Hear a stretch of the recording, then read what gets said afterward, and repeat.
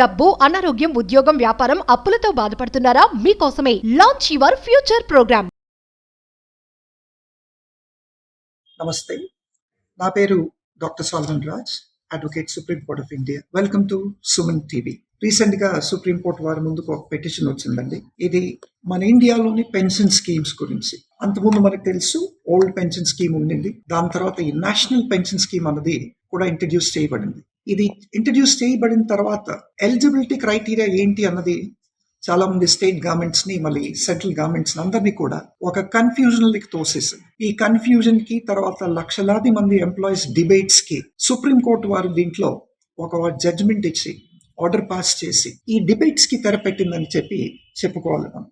ఈ old pension scheme versus national pension scheme eligibility criteria ఏంటి అన్నది సుప్రీంకోర్టు వారు ఆర్డర్లో చాలా చక్కగా ఇచ్చారు.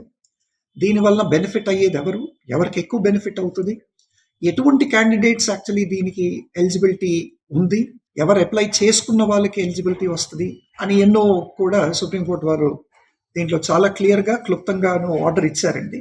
ఈ ఓల్డ్ పెన్షన్ స్కీమ్ ఉన్నప్పుడు ఇది చాలా మంది సెంట్రల్ అండ్ స్టేట్ గవర్నమెంట్ ఎంప్లాయీస్ని కన్ఫ్యూజన్లో పెట్టింది. తర్వాత మనం చూసుకున్నట్టయితే ఎలిజిబిలిటీ క్రైటీరియా ఏంటి అన్నది సుప్రీంకోర్టు చాలా క్లుప్తంగాను మరియు క్లియర్గాను ఇచ్చింది. ఏంటి అంటే ఎంప్లాయీస్ ఎవరైతే నోటిఫికేషన్ని బేస్ చేసుకొని వేకెన్సీస్కి అప్లై చేశారో వాళ్ళకి ప్రధాన ప్రిఫరెన్స్ ఇవ్వబడుతుంది అని చెప్పి కూడా సుప్రీంకోర్టు వారు అన్నారు. కానీ it is subject to certain government specific rules, either the state government specific rule or the central government specific rule. అంటే ఏంటి, ఈ వేకెన్సీస్ని నోటిఫికేషన్ ఇష్యూ చేసిన తర్వాత గవర్నమెంట్, స్టేట్ కానీ సెంట్రల్ గవర్నమెంట్స్ కానీ బేస్డ్ ఆన్ ద నోటిఫికేషన్ చూసుకున్నాకే అప్లై చేసిన వాళ్ళు ప్రైమరీలీ ఎలిజిబుల్ అవుతారు అని ఫస్ట్ చాలా క్లియర్గా సుప్రీంకోర్టు జడ్జ్ చేయడం జరిగిందండి. ఎందుకు అంటే ఈ రిక్రూట్మెంట్ నోటిఫికేషన్స్ ఏవైతే ఉన్నాయో, రిక్రూట్మెంట్ నోటిఫికేషన్ చూసిన తర్వాత అప్లై చేసుకున్న వాళ్ళకి సాలిడ్గా జస్టిఫై చేయాలనేది సుప్రీంకోర్టు వారి ఉద్దేశం. ఎందుకు వీరికి జస్టిఫై చేయాలి అంటే ఈ నోటిఫికేషన్ అనేది ఒక ప్రొసీజరల్ మ్యాండేటెడ్ ప్రొసీజర్. ఇది ప్రొసీజరల్ మ్యాండేట్ కాబట్టి దీనికి ఒక లీగల్ ఇంపార్టెన్స్ ఉంటుంది.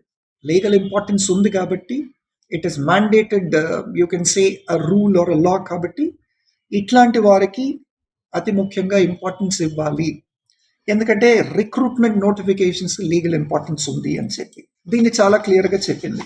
అంతకుముందు ఎవరు ఎలిజిబుల్ కాదు, నోటిఫికేషన్ చూడకుండా అప్లై చేసిన వాళ్ళు ఏంటి, నోటిఫికేషన్ చూసి అప్లై చేసిన వాళ్ళు ఏంటి, ఎన్నో యాక్చువల్లీ డిబేట్స్ ఉండని. వాటన్నిటికైతే మొత్తానికి సుప్రీంకోర్టు తెరదించడం జరిగింది. తర్వాత ఈ నోటిఫికేషన్స్ చూసుకొని వేకెన్సీస్కి అప్లై చేసిన వాళ్ళకి లీగల్ ఇంపార్టెన్స్ ఉంది కాబట్టి వీళ్ళని సాలిడ్గా జస్టిఫై చేయాలని సుప్రీంకోర్టు అన్న తర్వాత దీంట్లో మెయిన్గా ముందుగా చూసుకుంటే బెనిఫిషరీస్ ఎవరు, మెజారిటీ బెనిఫిట్ అయ్యే ఎంప్లాయీస్ ఎవరు అంటే స్టేట్ గవర్నమెంట్ ఎంప్లాయీస్ అని అనుకోవచ్చు. తర్వాత సుప్రీంకోర్టు వారు ఏమన్నారంటే 1 జనవరి 2004 కన్నా ముందు ఎవరైతే నోటిఫికేషన్ చూసి వేకెన్సీస్కి అప్లై చేసుకున్నారో వీళ్ళకి ఫస్ట్ ఎలిజిబిలిటీ క్రైటీరియా వస్తుంది. అంటే ఏంటి, 1 జనవరి 2004 కన్నా ముందు వేకెన్సీస్కి అప్లై చేసుకున్న వాళ్ళు అప్లై చేసిన తర్వాత వీళ్ళ రిక్రూట్మెంట్ డిలే అయ్యి తర్వాత జాయినింగ్ ప్రాసెస్ అయినప్పటికీ, లేదంటే తర్వాత వీళ్ళకి అపాయింట్మెంట్స్ ఇచ్చినప్పటికీ, తర్వాత ఈ జాయినింగ్ ఫార్మాలిటీస్ పూర్తయినప్పటికీ దే ఆర్ ఎలిజిబుల్. కానీ వీళ్ళు అప్లై చేసుకోవడం మాత్రం జనవరి 1, 2004 ప్రయర్, దానికన్నా ముందే వీళ్ళు నోటిఫికేషన్ చూసుకొని అప్లై చేసి ఉండాల్సి ఉంటుంది.